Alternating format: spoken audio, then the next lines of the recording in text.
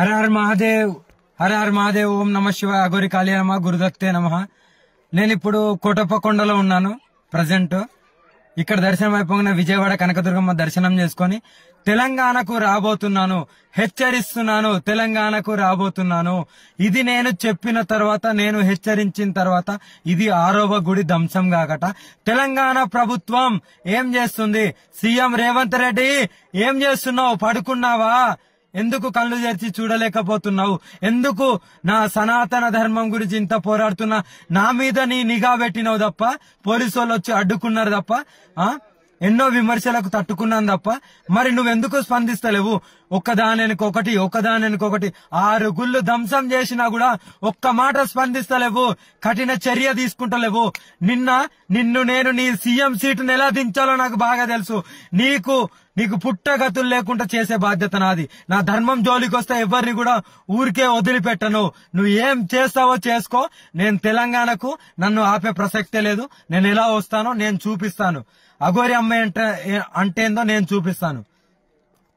ఎంతగానో ఓపిక బట్టి మీకు ల్యాండ్ ఆర్డర్ ఇష్యూ వచ్చినా కూడా మీరు చెప్పినట్టే నేను నడుచుకున్నాను. తెలంగాణ వదిలిపెట్టి వెళ్ళాలమ్మా అంటే వెళ్ళిపోయాను.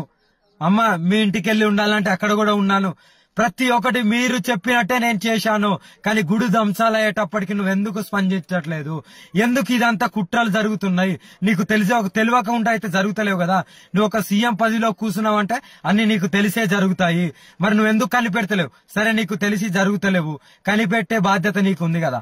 1, 2 జరిగిన తర్వాత ఏ ముఖ్యమంత్రి అయినా కనిపెడతారు. మరి ఎందుకు కనిపెట్టలేకపోతున్నావు? అంటే కనిపెట్టలేకపోతున్నావు అంటే నువ్వు వెనకాలండి నడిపిస్తున్నావా?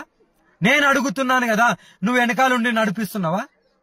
నువ్వే నడిపిస్తున్నావు అనుకుంటా. మరి అందుకే ఈ రోజు కూడా నువ్వు మాట్లాడట్లేదు.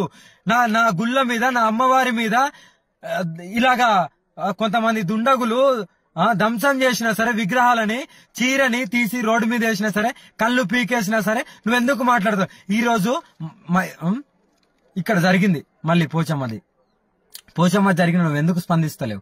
నేను అడుగుతున్నాను, నువ్వెందుకు స్పందించలేవు? నువ్వు స్పందించినప్పుడు నీకు ఆ చైరెందుకు? దిగిపో, వేరే వాళ్ళు కూర్చుంటారు, వాళ్ళన్నా కాపాడుకుంటారు కదా నా ధర్మాన్ని. ఎవరైనా సరే, నువ్వే కాదు, పిఎం నరేంద్ర మోడీ అయినా సరే, నేను ఒకటే మాట, నా భగవంతుని జోలికి, నా అమ్మవారి జోలికి వస్తే నేను ఎవరిని ఊరికే వదిలిపెట్టను.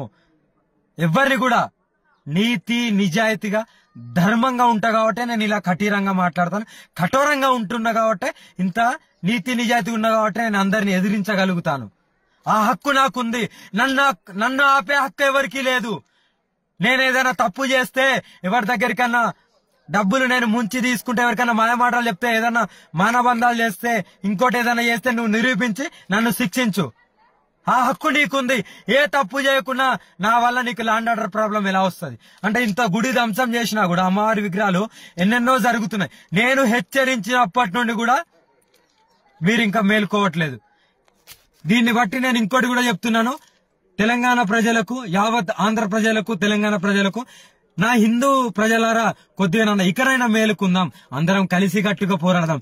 ఏ ప్రభుత్వాన్ని నమ్ముకోవద్దు, ఎవరు వచ్చి చేయలు. నా వంతు నేను చేస్తున్నా, నన్ను కూడా నమ్మద్దు, నా దగ్గర కూడా రావద్దు. కానీ మన ధర్మాన్ని, మన ఆడపిల్లని, మన గోహత్యని మనం కాపాడుకుందాం. అది ధర్మం అంటున్నాను. అలా పోరాడదాం అందరం కలిసి కట్టుగా. ఒకరినే పోరాడుతున్నా, ఒక అమ్మవారినే పోరాడుతున్నా. విమర్శలకు, అడ్డంకులకు కూడా నేను తట్టుకొని నిలబడి ఉన్నాను.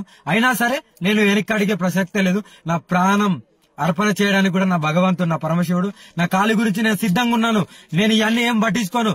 కానీ తెలంగాణలో ఒకదానికి ఒకటి ఇది 6వది. నేను హెచ్చరించినప్పటి నుండి ఇది 6వ గుడి. 6 గుళ్ళు ధ్వంసం చేసిన ప్రభుత్వాలు స్పందించట్లేదు. ఇప్పటికైనా హిందూ ప్రజలారా, ఇప్పటికైనా మేలుకోండి, కలిసి కట్టుగా పోరాడదాం. పోరాడి మన ధర్మాన్ని మనం కాపాడుకుందాం, మన ఆడపిల్లలను మనం కాపాడుకుందాం, గోహత్యను కూడా ఆపుదాం. అందరం కలిసి కట్టుగా పోరాడదాం. హర హర మహాదేవ్. నా వంతు నేను చేసుకొని వెళ్ళిపోతూనే ఉంటాను. ప్లీజ్ కొద్దిగా దయచేసి అందరూ కలిసి కట్టుగా మన గుళ్ళని కాపాడుకుందాం, మన దేవుళ్ళని, మన అమ్మవారిని, మన తండ్రి పరమేశ్వరుని, విష్ణుదేవుని, బ్రహ్మదేవుని కాపాడుకుందాం. మన ధర్మాన్ని కాపాడుకుందాం. గోహత్యను ఆపుదాం. ఆడపిల్లని కాపాడుకుందాం. హర హర్ మహాదేవ్. జై శ్రీ మహాకాల్ గురుదత్తే నమ అఘోరి కాళియ నమ. జై సనాతన్ ధర్మ్, జై సనాతన్ ధర్మ్, జై సనాతన్ ధర్మ్. ఓం నమ శివాయ. Her her Mahadev. తెలంగాణలో ఒక మహాతాండవం ఆడబోతున్నా. ఇది హెచ్చరిక. నన్ను అడ్డుకునే ప్రయత్నం చేసుకోండి. మీకు దమ్ముంటే తెలంగాణ గవర్నమెంట్ కు హెచ్చరిస్తున్నాను, దమ్ముంటే నన్ను అడ్డుకునే ప్రయత్నం చేసుకోండి. నేను ఈ కనకదుర్గం అయిపోయిన వెంటనే నేను తెలంగాణలో అడుగు పెడతాను. నేను ఏడికి కూడా కదిలే ప్రసక్తే లేదు.